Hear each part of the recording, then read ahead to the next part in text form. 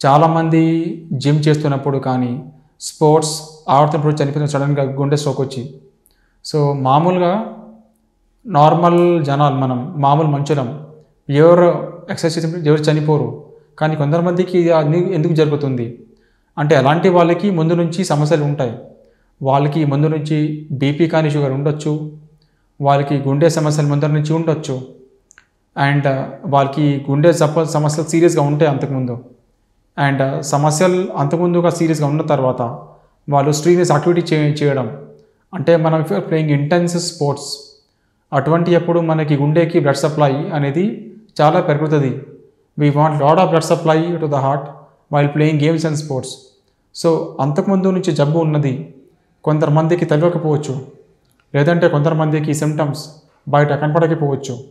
So అటువంటి జబ్బులు ఉన్న వాళ్ళకి ఆడుతున్నప్పుడు సడన్గా గుండె సూచి వాళ్ళు చనిపోతారు. కానీ నార్మల్ మనుషులు ఎవరైతే ఉంటారో వాళ్ళకి అసలు ఏం సమస్యలు రావు. So getting a heart check done at regular intervals is very very important.